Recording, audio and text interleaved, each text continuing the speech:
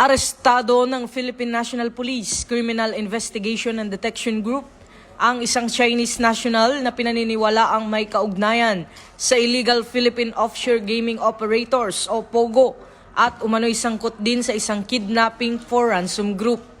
Kinilala ang suspect na si alias Tisoy na ayon sa isang mataas na security source ay dating pinuno umano ng isang Chinese association sa lalawigan ng Rizal. Nakatalaga sanang i-deport ang suspect pabalik ng China nitong Martes. Ngunit kinansela ng Bureau of Immigration ang deportation order na nauwi sa tensyon sa pagitan ng Chinese at Philippine law enforcement authorities. Matapos ang 3 oras na negosasyon, nakuha rin ng pulisya ang kustodiya ng suspect.